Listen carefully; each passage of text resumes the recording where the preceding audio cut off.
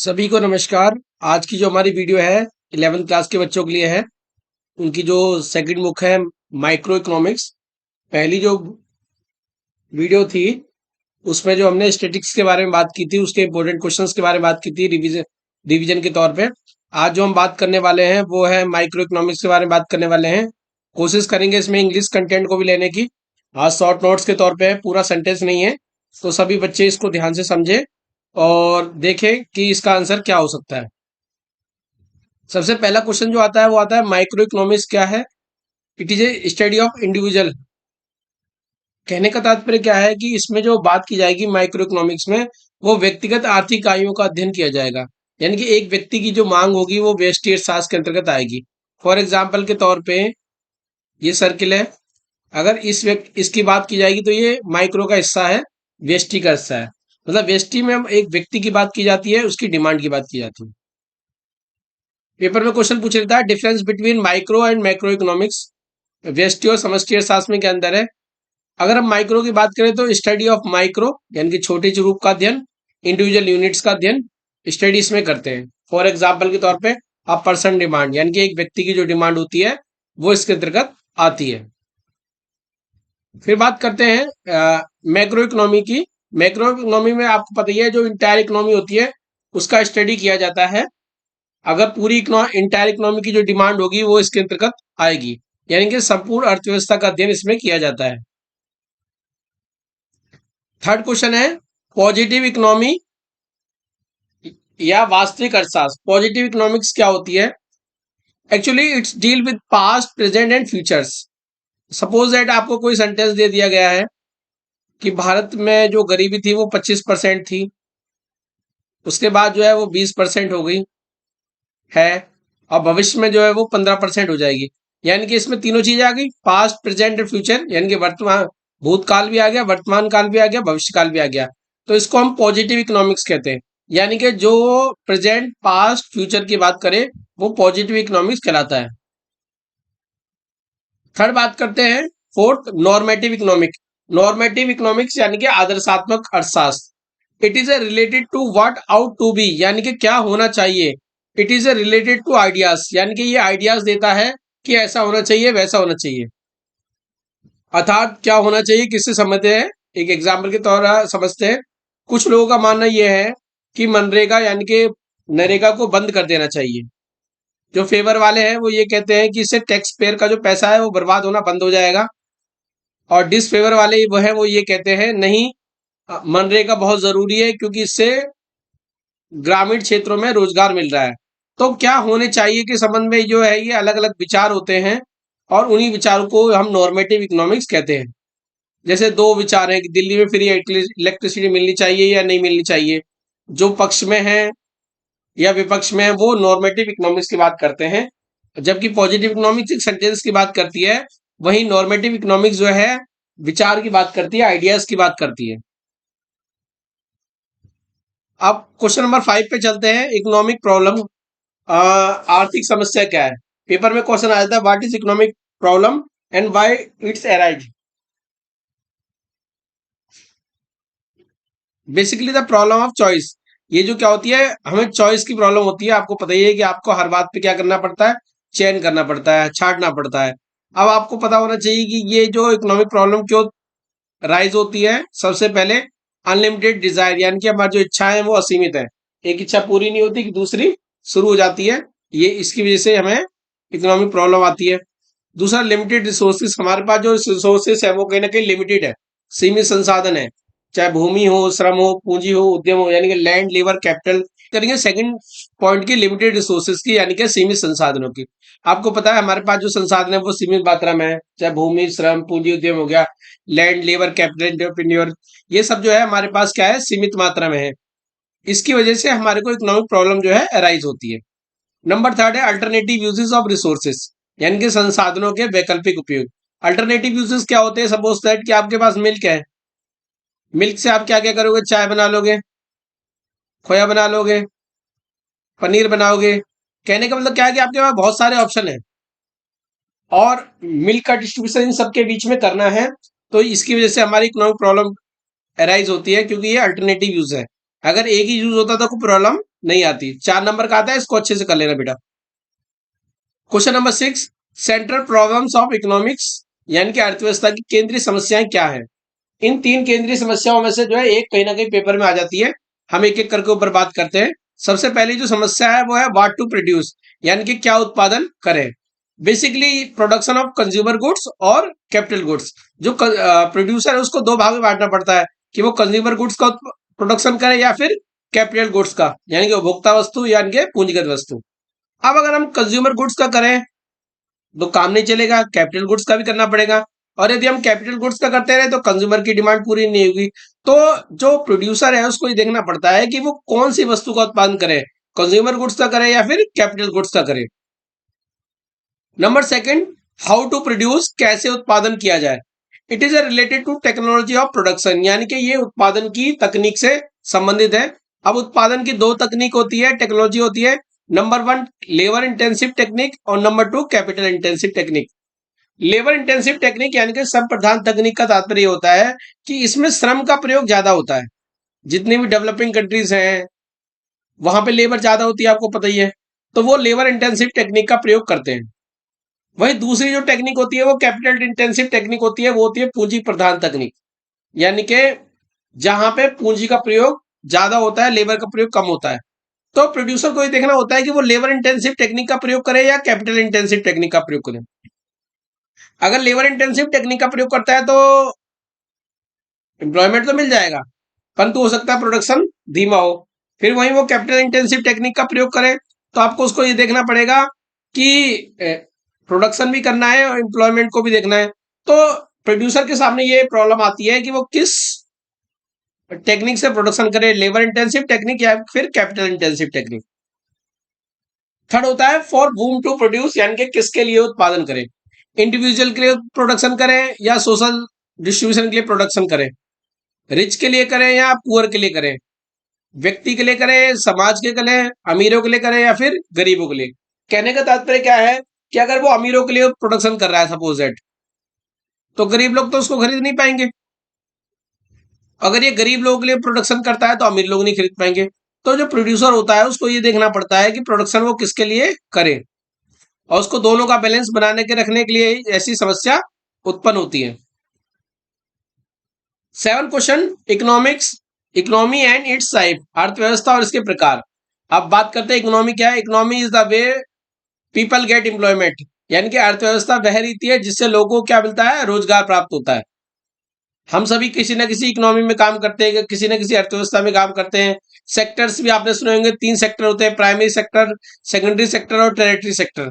उसी तरह से इकोनॉमी को बड़े लेवल पे 3 डिवीजन किए गए हैं। सबसे पहली इकोनॉमी है जिसको कहते हैं हम कैपिटल इकोनॉमी, यानी कि पूंजीवादी अर्थव्यवस्था। कैपिटल इकोनॉमी में जो कंट्रोल ओवर रिसोर्सेज होता है वो प्राइवेट लोगों का होता है। प्राइवेट लोगों का मतलब ये होता है कि जो निधि उद्यमी होते हैं, जो प्राइवेट ओनरशिप होती है, वो उसके पास सारे रिसोर्सेज होते हैं। इनका जो ऑब्जेक्टिव होता है वो होता है प्रॉफिट कमाना, यानी कि लाभ कमाना होता है। यानी कि ये कहते हैं what to produce, how to produce, for whom to produce, हम ये करेंगे, सरकार का कोई लेना देना नहीं है। सरकार केवल क्या करेगी, सिक्योरिटी के काम करेगी। अगर हम बात करें कैपिटल इकोनॉमी का कोई एग्जांपल है तो उसमें जो है अमेरिका आता है। सेकंड आता है सोशलिस्ट इकोनॉमी, यानी कि समाजवादी व्यवस्था। समाजवादी अर्थव्यवस्था क्या है। समाजवादी अर्थव्यवस्था में जो रिसोर्सेस होते हैं वो सोसाइटी के पास होते हैं, यानी कि सोसाइटी कंट्रोल ओवर रिसोर्सेस। और जो इनका मेन काम होता है वो सोशल वेलफेयर, यानी कि सामाजिक कल्याण के लिए किया जाता है। जो रसिया और चाइना की इकोनॉमी है वो सोशलिस्ट इकोनॉमी है, वो कहीं ना कहीं इसी परंपरा पे चलती है। यानी कि सोशलिस्ट इकोनॉमी जो है पूंजीवाद के जस्ट अपोजिट होती है, वो कहीं ना कहीं प्रॉफिट के लिए काम ना करके सोशल वेलफेयर के लिए काम करती है। थर्ड नंबर पे आती है, वो आती है मिक्स्ड इकोनॉमी, यानी कि मिश्रित अर्थव्यवस्था। मिक्स्ड इकोनॉमी में क्या था, both the sector work together to provide profits as well as social welfare. कहने का मतलब क्या है कि दोनों क्षेत्र मिलकर काम करते हैं। दोनों क्षेत्र कौन से हो गए, पब्लिक सेक्टर हो गया और एक हो गया प्राइवेट सेक्टर। गवर्नमेंट और प्राइवेट दोनों मिलकर काम करते हैं। इसमें लाभ के लिए भी काम किया जाता है और एक सामाजिक कल्याण यानी कि सोशल वेलफेयर के लिए भी काम किया जाता है। जो इंडिया की इकोनॉमी है वो मिक्स्ड इकोनॉमी है। यहाँ पे दोनों तरह के आपको मिल जाएंगे, प्राइवेट सेक्टर भी मिल जाएगा, गवर्नमेंट सेक्टर भी मिल जाएगा। नंबर 8 आता है law of diminishing marginal utility, घटती सीमांत उपयोगिता का नियम क्या कहता है। According to this rule as we continue to consume something the utility we get from it will decrease. कहने का तात्पर्य क्या है कि अगर हम किसी वस्तु को लगातार उपभोग करेंगे तो उससे हमें जो एमयू मिलेगी वो डिक्रीजिंग रेट पे मिलती रहेगी। फॉर एग्जाम्पल के तौर पे आज अपने आपने अपनी फेवरेट सब्जी खाई है, मान लेते हैं पनीर ही खा लिया आपने या आलू खा लिया। अगर आप डेली इसका प्रयोग करोगे ना तो छठे दिन यानी कि शनिवार को आपको लगेगा कि यार ये आलू जो है बंद कर दिया जाए, खत्म कर दिया जाए और ये पनीर अब मैं नहीं खाऊंगा, क्योंकि उसके पीछे जो नियम काम कर रहा है वो कर रहा है law of diminishing marginal utility. Means जैसे जैसे हम किसी का लगातार कंजप्शन कर रहे हैं तो उससे जो यूटिलिटी मिलेगी वो क्या मिलेगी, कम होती जाएगी। बस इस बात को ध्यान रखना है, टाइम चेंज नहीं होना चाहिए, गुड्स चेंज नहीं होनी चाहिए। अगर टाइम चेंज हो गया, गुड्स चेंज हो गई तो हम इस पे काम नहीं हो पाए। क्वेश्चन नंबर 9, इंडिफरेंस कर्व यानी कि तटस्थता वक्र है क्या? This is a graphical presentation of an indifference group in which the consumer is getting equal utility from two goods. In that situation, the consumer remains neutral. यह तटस्थ समूह का चित्रीय प्रस्तुतिकरण है जिसमें दो वस्तुओं से उपभोक्ता को समान उपयोगिता प्राप्त हो रही होती है। उस स्थिति में उपभोक्ता तटस्थ रहता है, न्यूट्रल रहता है। आपको मैं एक एग्जांपल के द्वारा समझाता हूं। मान लो ए गुड्स है जिससे आपको मिल रही है 100 यूटिलिटी, अब बी गुड्स है उससे मिल रही है आपको 100 यूटिलिटी। तो कहने का मतलब क्या है कि अब आपसे कहा जाए किसी एक का चयन करना है, किसी एक का चॉइस करना है, तो आप बड़ी असमंजसता की स्थिति में बन जाओगे। वो इसलिए पड़ जाओगे कि दोनों से यूटिलिटी जो मिल रही है वो क्या मिल रही है, सेम मिल रही है, उपयोगिता समान मिल रही है। इसी को ही तटस्थता की स्थिति यानी कि इंडिफरेंस की सिचुएशन कहते हैं। इसी से ही जो कर्व बनता है उसको इंडिफरेंस कर्व कहते हैं। इंडिफरेंस कर्व बच्चों ऐसे बनता है, आईसी कर्व। इसको MRTS आपने सुना होगा, मार्जिनल रेट ऑफ सब्स्टिट्यूशन। कहने का तात्पर्य ये होता है कि अगर आप किसी एक का कंजप्शन कर रहे हैं तो दूसरे को आपको कम करना पड़ेगा। अब इंडिफरेंस कर्व के फीचर्स क्या है? नंबर 1, इसका जो स्लोप होगा वो डाउनवर्ड्स हो रहा है, ये आपको देख रहे होंगे।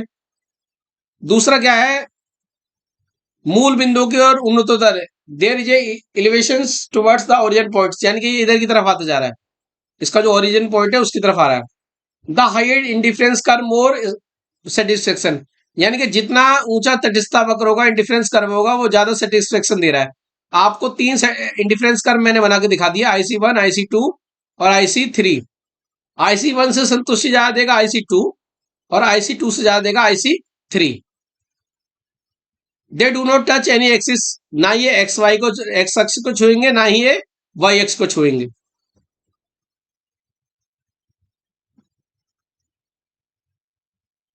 नंबर 10, कंज्यूमर इक्विलिब्रियम क्या है, उपभोक्ता संतुलन क्या है? A consumer is in a state of equilibrium when he spend his income in such a way that he gets maximum satisfaction. कहने का तात्पर्य यह है कि जब एक उपभोक्ता अपनी आय को इस प्रकार से खर्च करता है कि उसे अधिकतम संतुष्टि प्राप्त हो, तो उस टाइम कंज्यूमर इक्विलिब्रियम की स्थिति में होगा। कहने का तात्पर्य क्या है, जब आप बेटा खर्चा करते हो तो आप क्या चाहते हो? आप यही चाहते हो ना कि अधिक से अधिक संतुष्टि मिले, तो वही कंज्यूमर इक्विलिब्रियम है। Question number 21, meaning of demand, मांग का क्या अर्थ है? देखिए, जब डिमांड की बात करते हैं तो इसमें 3 चीजें आएंगे, desire, money and willingness to pay. अब हम बात कर ले डिजायर यानी कि इच्छा क्या है। आपके पास सबसे पहले आपकी इच्छा होनी चाहिए कोई चीज खरीदने के लिए। इच्छा होने से काम नहीं चलता। मनी यानी कि आपके पास धन होना बहुत ही जरूरी है। कुछ लोगों के पास इच्छा भी होती है, धन भी होता है, पर वो खर्च नहीं करना चाहते। तो तीसरा, विलिंगनेस भी होनी चाहिए पे करने के लिए। जब ये तीनों चीजें बन जाती है तो वो आपकी क्या कहलाती है, डिमांड कहलाती है। तो बच्चों, जब भी पेपर में क्वेश्चन आए कि what is the meaning of demand, तो आपको इन तीनों फैक्टर्स को जो है डिस्क्राइब करना है, बताना है। डिटर्मिनेट्स ऑफ डिमांड्स यानी कि मांग के निर्धारित तत्व क्या क्या है? नंबर 1, प्राइस ऑफ आइटम्स यानी कि गुड्स, वस्तु की कीमत। अगर किसी वस्तु की कीमत ज्यादा होगी तो मांग क्या होगी, मांग भी ज्यादा होगी। कम हो, सॉरी, मांग कम होगी। और कीमत कम होगी तो मांग ज्यादा होगी। दोनों के बीच में कैसा रिलेशन होता है, इनवर्स रिलेशनशिप होता है। नंबर 2, इंटरेस्ट एंड प्रीफरेंस, रुचि और प्राथमिकता। अगर आपका किसी में इंटरेस्ट है, प्रेफरेंस है, तो उसकी डिमांड ज्यादा होगी। अगर इंटरेस्ट प्रेफरेंस नहीं है तो डिमांड कम होगी। रिलेटेड आइटम यानी कि संबंधित वस्तु के हम डिटेल से बात करेंगे अभी नीचे।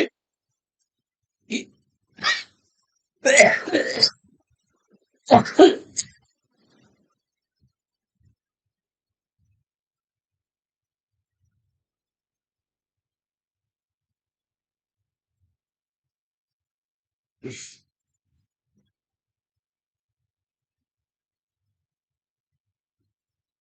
प्राइस चेंजेस, भविष्य में कीमत परिवर्तन। कभी कभी क्या होता है, भविष्य में कीमत चेंज हो जाती है। जब भविष्य में कीमत चेंज हो जाती है तो उसका प्रभाव देखने को मिल जाता है। फॉर एग्जाम्पल के तौर पे कल पेट्रोल महंगा होने वाला है। अगर कल पेट्रोल कॉस्ट बढ़ जाएगी उसकी, तो आज उसकी डिमांड ज्यादा बढ़ जाएगी। और अगर कल कोई चीज कोई सस्ती होने वाली है तो आज उसकी डिमांड जो है घट जाएगी। नंबर ऑफ बायर्स यानी कि क्रेताओं की संख्या। अगर बायर्स ज्यादा होंगे तो हमारी डिमांड भी ज्यादा होगी, और अगर बायर्स कम होंगे तो हमारी डिमांड भी कम होगी।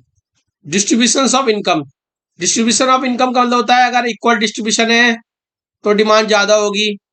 अनइक्वल डिस्ट्रीब्यूशन है यानी कि असमान वितरण है तो मांग जो है कम हो जाएगी आपकी। ठीक है। गांव में क्या होता है, कम ज्यादातर इक्वल इनकम नहीं होती उनकी, तो वहां डिमांड ज्यादा कम नहीं होती है। वहीं शहरों में इक्वल डिस्ट्रीब्यूशन देखने को मिलता है तो डिमांड ज्यादा होती है। ऊपर हमने बात करती है सब्स्टिट्यूशन गुड्स की, क्या होती है सब्स्टिट्यूशन गुड्स, यानी कि प्रतिस्थापन वस्तु, विच कैन बी यूज इंटरचेंजबली। कहने का मतलब ये है कि वो एक दूसरे के स्थान में प्रयोग की जा सकती है। जैसे चाय और कॉफी, अगर चाय नहीं मिल रही तो आप कॉफी ले लेंगे, और कॉफी नहीं मिल रही तो आप चाय ले लेंगे। अब मान लो चाय की प्राइस बढ़ जाए तो कॉफी की डिमांड पे क्या असर पड़ेगा, कॉफी की डिमांड जो है बढ़ जाएगी। और अगर चाय की डिमांड कम हो जाए तो कॉफी की डिमांड भी क्या हो जाएगी, कम हो जाएगी। इसको इस डायग्राम से समझ लो।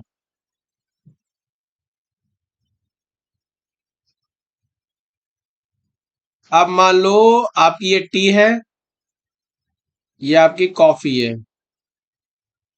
इसका अगर प्राइस बढ़ गया तो कॉफी का भी डिमांड बढ़ जाएगी। यानी कि ये इस तरह से दिखाएंगे क्योंकि वरना वो सप्लाई में चला जाएगा। तो चाय की कीमत बढ़ी तो कॉफी की मांग भी बढ़ गई।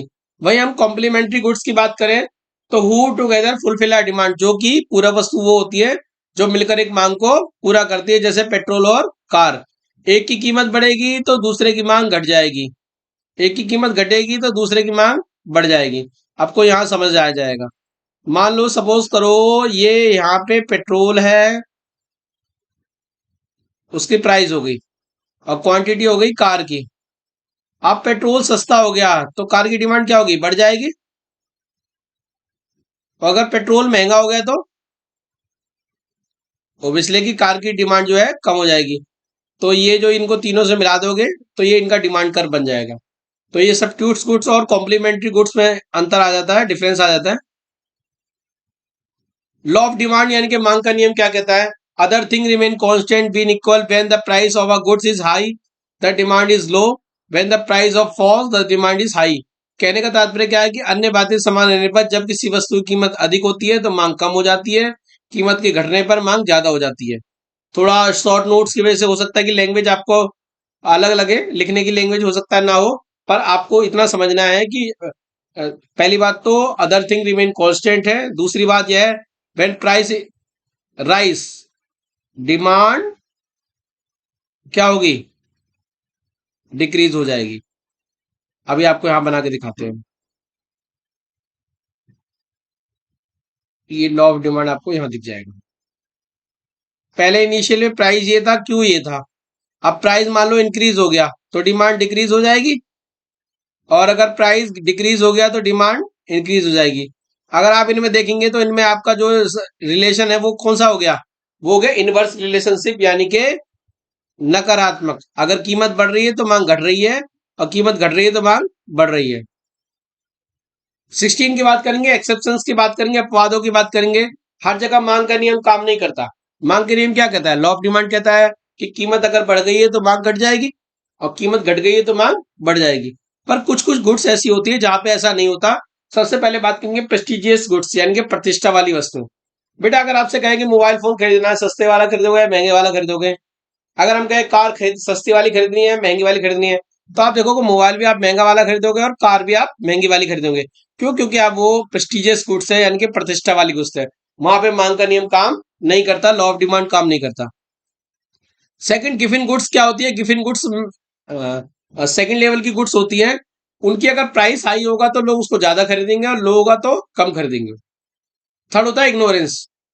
इग्नोरेंस का मतलब ये होता है कि लोगों को लगता है जो सस्ता है वो बेकार है और जो महंगा है वो अच्छा है। अब हम बात करेंगे change in demand and change in quantity demand. बेटा चार चीजें होती है, इस बात को ध्यान रखना। एक होता है increase in demand and decrease in demand, और एक होता है contraction in demand and expansion in demand. जब हम इंक्रीज और डिक्रीज डिमांड की बात करते हैं तो ये अदर फैक्टर्स की बात होती है, यानी कि प्राइस को छोड़कर अन्य चीजों की वजह से जब डिमांड चेंज होती है तो वो इंक्रीज एंड डिक्रीज डिमांड कहलाती है। और जब प्राइस की वजह से चेंज होती है वो कॉन्ट्रेक्शन और एक्सपेंशन कहलाता है। अब मैं आपको एक एग्जांपल के द्वारा दिखा देता हूं, पेपर में जब पूछा जाएगा तो कैसे बनाना है आपको। ये आपने तीन ग्राफ बना दिए और डिमांड पहली यहां से गई, दूसरी लाइन यहां से गई और तीसरी लाइन यहां से गई। मान लो ये इनिशियल है, डी डी है। अब आपको कमी दिखानी है तो आपका लेफ्ट साइड को हो जाएगा D1 और राइट वृद्धि को दिखाना है तो आपका हो जाएगा ये D2 और D2, यानी कि Q2 और Q1। ये आ जाएगा आपका मांग में परिवर्तन, यानी कि चेंज इन डिमांड। इसको शिफ्ट इन डिमांड भी कहते हैं। ये जो हो रहा है इसमें प्राइस चेंज नहीं हो रहा, अदर फैक्टर चेंज हो रहे हैं, चाहे इनकम चेंज हो गई या फिर आपकी जो है टेस्ट एंड प्रेफरेंस चेंज हो गया। अब हम बात करते हैं एक्सपेंशन एंड कॉन्ट्रेक्शन। इसको यहां ध्यान से देखना क्योंकि ये प्राइस की वजह से होता है। अब हमने क्या करा, प्राइस को बढ़ा दिया, प्राइस हो गई P से P1, तो डिमांड पे क्या असर पड़ा, बिल्कुल डिमांड घट गई। तो डिमांड जब कम हो गई तो ये कहलाएगा कॉन्ट्रेक्शन इन डिमांड। और वहीं जब आपकी प्राइस कम हो जाए, लो हो जाए, तो आपका डिमांड क्या हो जाएगा, बढ़ जाएगा। इसको कहेंगे एक्सपेंशन इन डिमांड। ये होता है मूवमेंट और ये होता है शिफ्ट। अगर प्राइस बढ़ेगा तो ऊपर की तरफ मूवमेंट जाएगा और प्राइस घटेगा तो नीचे की तरफ जाएगा। वहीं यहाँ डिमांड कम होगी तो ये लेफ्ट साइड की तरफ जाएगा और डिमांड ज्यादा होगी तो ये राइट साइड की तरफ जाएगा। 6 4 से 6 नंबर का आता है बेटा, इसको ध्यान से कर लेना। Question number 18, elasticity of demand यानी कि मांग की लोच। इलास्टिसिटी ऑफ डिमांड की अगर हम बात करें तो change in demand due to price, income and other reasons, यानी कि किसी भी कारण से आपकी डिमांड चेंज हो जानी चाहिए, वो कहलाता है इलास्टिसिटी ऑफ डिमांड, यानी कि मांग की लोच। यानी कि कीमत, आय या अन्य कारणों से जब मांग में परिवर्तन हो जाता है। कुल मिला के लोच का मतलब होता है मांग में होने वाला परिवर्तन, वो चाहे कीमत से हो, आय से हो या किसी अन्य फैक्टर्स की वजह से हो। अब इलास्टिसिटी ऑफ डिमांड में एक आता है टोटल एक्सपेंडिचर मेथड, कुल व्यय विधि, पेपर में पूछी जाती है। इसका जो इन्वेंशन किया था वो डॉक्टर मार्शल ने किया था। इसकी तीन सिचुएशंस हैं। पहली सिचुएशन कहती है if the total expenditure remain the same whether the price increase और decrease then the elasticity of demand will be equal to unity, यानी कि कीमत ज्यादा हो जाए या कीमत कम हो जाए, कुल व्यय रहेगा समान, तो मांग की लोच इकाई के बराबर होगी। फॉर एग्जाम्पल के तौर पर मैं आपको बताता हूं, सपोज दैट कि आपने P है 10, Q है आपकी 5, तो आपने एक्सपेंडिचर कितना करा इस पे, एक्सपेंडिचर आपने कर दिया 50 रुपए। अब प्राइस घट के हो गई 5, तो आपने सोचा आप 5 की जगह कितनी क्वांटिटी ले ले, 10। खर्चा कितना हो गया, सेम। तो जब सेम खर्चा हुआ तो इसको कहेंगे इक्वल टू यूनिटी, यानी कि प्राइस का चेंज का इस पे कोई असर नहीं पड़ रहा है। सेकंड पॉइंट पे आते हैं, if the total expenditure decrease when the price is higher then the elasticity of demand will be greater than unity, यानी कि कीमत ज्यादा होने पर कुल व्यय कम हो जाता है तो मांग की लोच इकाई से अधिक होगी, यानी कि इनवर्स रिलेशन देखने को मिल जाएगा। कहने का मतलब क्या है कि अगर मान लो प्राइस घटा तो एक्सपेंडिचर पहले की तुलना में ज्यादा हो गया। अब मान लो सपोज करो P था, Q था और आपका TE था। पहले प्राइस था 10, तो आपने क्वांटिटी खरीदी आपकी उसकी जो है 20 और आपका खर्चा हो गया 200 रुपए। अब प्राइस हो गया 5, कितना हो गया 5, तो आपने सोचा कि आप जो है 30 क्वांटिटी खरीद ली जाए, 50 खरीद ली जाए। तो आपने कितनी क्वांटिटी खरीदी 50, तो एक्सपेंडिचर आपका क्या हो गया, बढ़ गया। टोटल एक्सपेंडिचर हो गया 200 से 250, यानी कि यहाँ प्राइस डिक्रीज हो गई, एक्सपेंडिचर इंक्रीज हो गया, तो ये कहलाएगा ग्रेटर देन यूनिटी। थर्ड को समझते हैं, if the price decrease the total expenditure also decrease, so the elasticity of demand will be less than unity. यानी कि कीमत कम होने पर कुल व्यय भी कम हो गया, तो मांग की लोच कैसी हो गई, इकाई की कम हो गई। कहने का मतलब क्या है, यहाँ पे पॉजिटिव रिलेशन जा रहा है, इसको भी यहां से अब हम समझते हैं। पी हो गई आपकी ये, क्यू हो गई आपकी ये, और ये हो गई टीई। अब सपोज दैट कि किसी वस्तु का जो प्राइस था वो 5 था, तो आपने 10 खरीदी, कितना खर्चा हो गया, 50 रुपए खर्चा हो गया। अब आपकी प्राइस हो गई 3, तो उसने खरीदी 5, 10 मान लो, 8 मान लो, तो उसका खर्चा कितना हो गया, 24 रुपए हो गया। यानी कि 5 रुपए पर वो 10 क्वांटिटी खरीदा था, 50 खर्चा था। जब वो 3 रुपए पे आ गई तो उसने 8 खरीदी, 24 हो गया। यानी कि आपका प्राइस भी घट गया और टोटल एक्सपेंडिचर भी घट गया, तो ये लेस देन यूनिटी यानी कि इकाई से कम कहलाएगा। जीरो इलास्टिसिटी का पेपर में क्वेश्चन पूछ लेता है कभी कभी कि जीरो इलास्टिसिटी क्या है। When the price has no effect on demand, कीमत का जब मांग पर कोई प्रभाव नहीं पड़ता तो प्राइस इलास्टिसिटी जीरो होती है। आपको मैं एक डायग्राम के द्वारा समझाता हूं। ये वाई अक्ष हो गया, ये आपका डीडी हो गया। अब आप देखेंगे प्राइस कितना भी बढ़ जाए,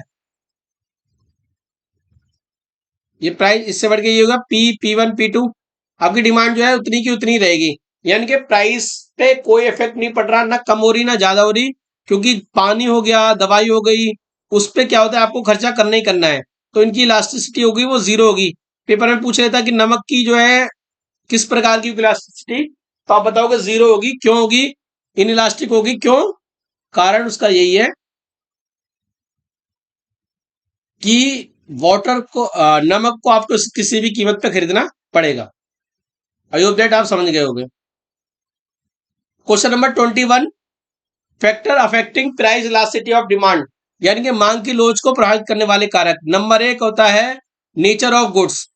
देखिए नेचर का गुड्स का मतलब क्या था, अगर वो नेसेसरी है तो उसकी जो डिमांड होगी वो इलास्टिक इनइलास्टिक होगी। इनइलास्टिक का मतलब ये होता है कि बेलोचदार, यानी कि आपको वो खरीदनी खरीदनी है क्योंकि वो जरूरी है। और अगर वो लग्जीरियस गुड्स है तो उसकी इलास्टिक होगी, यानी कि कीमत सही होगी तो आप खरीद लोगे और कीमत ज्यादा होगी तो कम कर दोगे। सेकंड है अवेलेबिलिटी ऑफ रिप्लेसमेंट आइटम। अगर किसी का आइटम रिप्लेसमेंट हो सकता है तो उसकी जो डिमांड होगी वो इलास्टिक होगी, यानी कि लोचदार होगी। और किसी का रिप्लेसमेंट है ही नहीं तो उसकी जो डिमांड होगी वो इनइलास्टिक होगी। जैसे नमक लेने गए, नहीं मिलेगा, आपको दूसरी दुकान से लाना पड़ेगा, तो नमक की जो डिमांड होगी वो इनइलास्टिक होगी। आप चाय लेने गए, आपको चाय नहीं मिली या तो आप कॉफी उठा लाओगे, तो उसकी डिमांड जो होगी वो इलास्टिक होगी क्योंकि आपने इसको रिप्लेसमेंट कर दिया है। थर्ड है सस्पेंशन ऑफ कंजप्शन, यानी कि उपभोग का स्थगन। कंजप्शन का सस्पेंशन का मतलब ये होता है, अगर किसी को आज ही आपको उपयोग करना है तो हो गई वो इनइलास्टिक। वो क्यों, क्योंकि अगर आज आप उपयोग नहीं करोगे तो आप वो खराब हो जाएगी। और जिसका आप कल भी प्रयोग कर सकते हैं वो हो जाएगी इलास्टिक, यानी कि लोचदार। अब जैसे बनी हुई सब्जी है, उसको आज ही आपको प्रयोग करना है तो उसकी जो डिमांड होगी वो होगी इन इलास्टिक। और सपोज दैट कि आपने अचार रखा है, अचार को आप कई दिनों तक भी खा सकते हैं, तो वो उसकी डिमांड जो कहलाएगी वो कहलाएगी इलास्टिक कहलाएगी। सीधा सा मतलब समझो, जहां पे समझौता नहीं हो सकता वो इलास्टिक इन इलास्टिक कहलाएगी, यानी कि बेलोचदार कहलाएगी। और जहां पे भी कोई रिप्लेसमेंट है यहाँ या पोस्टपोन्ड हो सकता है या उस पर परिवर्तन कर सकते हैं वो इलास्टिक कहलाएगी। हैबिट, हैबिट की बात करें, अगर मान लो कंज्यूमर को किसी चीज की हैबिट हो गई, आदत हो गई, तो उसकी डिमांड जो होगी वो इनइलास्टिक होगी। कहने का मतलब क्या है, प्राइस कितना भी हो जाए, कितना भी कीमत बढ़ जाए, उस पर कोई असर नहीं पड़ता। जो शराब वगैरह पीते हैं उनकी हैबिट जो होती है तो उनके लिए वो इनइलास्टिक होती है। ठीक है। इनकम लेवल, इनकम लेवल की बात करें, जो हायर इनकम ग्रुप है और जो लोअर इनकम ग्रुप है इनकी इनइलास्टिक होती है, इन्हें ज्यादा फर्क नहीं पड़ता। जो मिडिल वर्ग है जिसमें हम आप और आप आ जाते हैं, इसकी डिमांड जो होती है वो इलास्टिक होती है क्योंकि थोड़ी सी प्राइस चेंज हो जाती है, इसका जो बजट है वो ज्यादा खराब हो जाता है। Amount of the expenditure on the item, अगर वस्तु पे हम स्मॉल खर्च करते हैं तो इसकी जो होगी वो इनइलास्टिक होगी। इनइलास्टिक यानी कि बेलोचदार। कहने का मतलब ये है कि आप पे कोई असर नहीं पड़ेगा अगर प्राइस चेंज भी हो जाती है तो, अगर स्मॉल अमाउंट है तो। जैसे अखबार है, अगर 50 पैसे की जगह 1 रुपये बढ़ गए तो आपको ज्यादा फर्क नहीं पड़ेगा। पर जिन पे आप ह्यूज अमाउंट खर्च करते हो, एक्सपेंडिचर करते हो, उनकी जो डिमांड होगी वो इलास्टिक होगी, क्योंकि आपसे उसका एक्सपेंडिचर चेंज हो जाएगा पूरा। अब बात करते हैं फिक्स फैक्टर। फिक्स फैक्टर को कौन से होते हैं? Those factor which can not be change in the short term such as machine and plants. अगर मान लो आपने कोई चीज ऐसी है जो आप चेंज नहीं कर सकते क्योंकि वो अल्पकाल है, शुरुआती समय है। मशीन और प्लांट को आप शुरू में चेंज नहीं कर सकते, आप उसको चेंज करोगे वो लॉन्ग टर्म में करोगे। फिर बात करते हैं वेरिएबल फैक्टर यानी कि परिवर्तित साधन। वेरिएबल फैक्टर्स वो फैक्टर्स होते हैं which can be change, like labour capital. यानी कि आपको अगर मान लो चेंज करना है तो आप लेबर को चेंज कर सकते हो, तो प्रोडक्शन को बढ़ाया जा सकता है। लॉ ऑफ वेरिएबल प्रोपोर्शन कहता है, जिसको परिवर्तन अनुपात का नियम कहता है, ये अल्पकाल में लागू होता है जिसमें एक साधन परिवर्तनशील और बाकी सभी स्थिर होते हैं। अगर हमें उत्पादन को बढ़ाना है तो पहले परिवर्तित साधनों की मात्रा में वृद्धि करेंगे तो उससे निम्न प्रतिफल प्राप्त होंगे। पहले जो होगा वो एमपी बढ़ेगा, उसके बाद टीपी भी तेजी से बढ़ेगा। उसके बाद जब एमपी घटेगा तो टीपी जो है घटती दर पे बढ़ेगा। जब एमपी 0 हो जाएगा तो टीपी अधिकतम हो जाएगा, और जब एमपी नेगेटिव इसके बाद चला जाएगा तो टीपी जो होता है वो घटने लगेगा। ये 4 सिचुएशन जो है आपके सामने आएगी, इन चारों सिचुएशन को आप लिख देना। ये कुछ नहीं है, ये चारों सिचुएशन मैंने आपको दे दी। MP increase, TP increase at increasing rate, as MP decrease, TP increase at decreasing rate, MP 0, TP maximum, when MP is negative then TP decrease. अब बात करते हैं टाइप्स ऑफ कॉस्ट की।